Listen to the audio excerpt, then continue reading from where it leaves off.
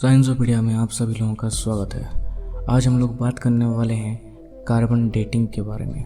आखिर ये method use कहाँ पे होता है और किस तरह से इसको यूज करते हैं, इस बारे में हम बात करेंगे डिटेल्स में, तो बने रहिए इस वीडियो में।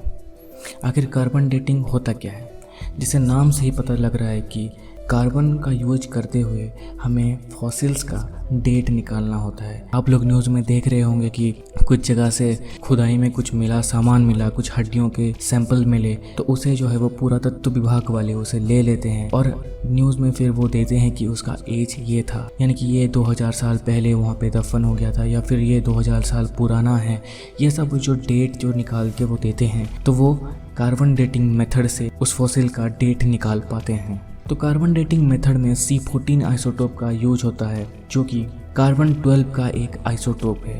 अब बात कर लेते हैं कि कार्बन 14 आइसोटोप बनता कैसे है। हमारे एटमॉस्फेयर में इलेक्ट्रॉन, प्रोटॉन और न्यूट्रॉन प्रेजेंट हैं, और आपको पता होगा कि हमारे एटमॉस्फेयर में नाइट्रोजन का जो परसेंटेज है वो 78% है, यानी कि सबसे ज़्यादा नाइट्रोजन ही है।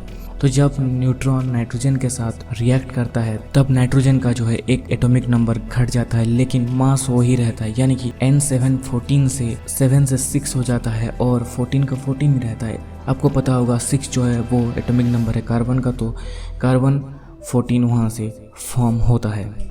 कार्बन 14 तो एटमॉस्फेयर में आ गया। अब जो प्लांट होते हैं वो आपको पता होगा कि CO2 को वो एब्जॉर्ब करते हैं, और CO2 को एब्जॉर्ब करने के साथ साथ कार्बन 12 और कार्बन 14 को एब्जॉर्ब करते हैं, जिसका अगर हम रेशियो निकालें तो जितना वो CO2 एब्जॉर्ब करते हैं उसके अंदर 1 ट्रिलियन में 1 कार्बन 14 मॉलिक्यूल होता है। अब ये कार्बन 14 मॉलिक्यूल जो है वो प्लांट के अंदर आ चुका है। अब उस प्लांट को एनिमल जो है वो इनटेक करता है, और वो प्लांट के थ्रू से वो कार्बन 14 मॉलिक्यूल वो एनिमल के अंदर भी आ जाता है, और वो कार्बन 14 मॉलिक्यूल ओशन में भी मिल जाता है। कार्बन 14 मॉलिक्यूल जो है वो एक रेडियो एक्टिव मॉलिक्यूल है, और वो रेडियो एक्टिव सब्सटेंस जो होता है वो डीके करते हैं। तो कार्बन 14 मॉलिक्यूल भी डीके करता है, और उसका हाफ लाइफ है 5730 ईयर्स, यानी कि 5730 ईयर। तो इसी हाफ लाइफ को लेके ही उन फॉसिल्स का एज कैलकुलेट किया जाता है। जब प्लांट और एनिमल मर जाते हैं, उसके बाद जो है ये कार्बन 14 का जो डीके होना शुरू होता है।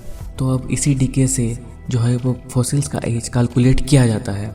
अब जब कहीं पे एक फॉसिल्स मिलता है, उसको लैब में लिया जाता है और उसके अंदर पता लगाया जाता है कि कितना कार्बन 14 मॉलिक्यूल है। कार्बन 14 का हाफ लाइफ, यानी कि कार्बन 14 जितना प्रेजेंट है वो 5730 साल के बाद उसका आधा हो जाएगा। इसे ही हाफ लाइफ पीरियड कहते हैं।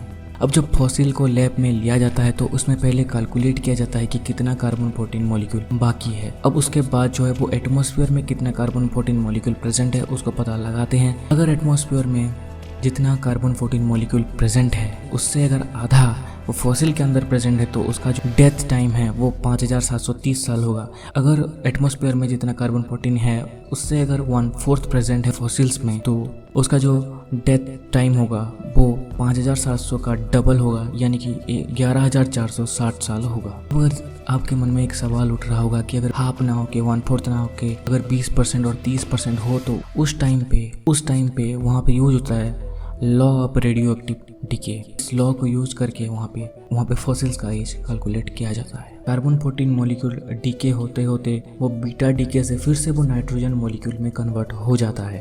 तो ये था गाइस एक क्विक इन्फॉर्मेशन, कैसे फॉसिल्स का एज कैलकुलेट किया जाता है कार्बन डेटिंग प्रोसेस से। मैं इसी तरह का वीडियो लाता रहता हूँ। अगर आपको ये वीडियो अच्छा लगा तो वीडियो को लाइक कीजिए, वीडियो को शेयर कीजिए, और बेल आइकन को दबा दीजिए ताकि मैं जब भी वीडियो अपलोड करूँ तो आपको नोटिफिकेशन आ जाए, और चैनल को सब्सक्राइब करना मत भूलिएगा ताकि आप ऐसे ही इंटरेस्टिंग वीडियो देख सकें। वीडियो देखने के लिए शुक्रिया। Signing out.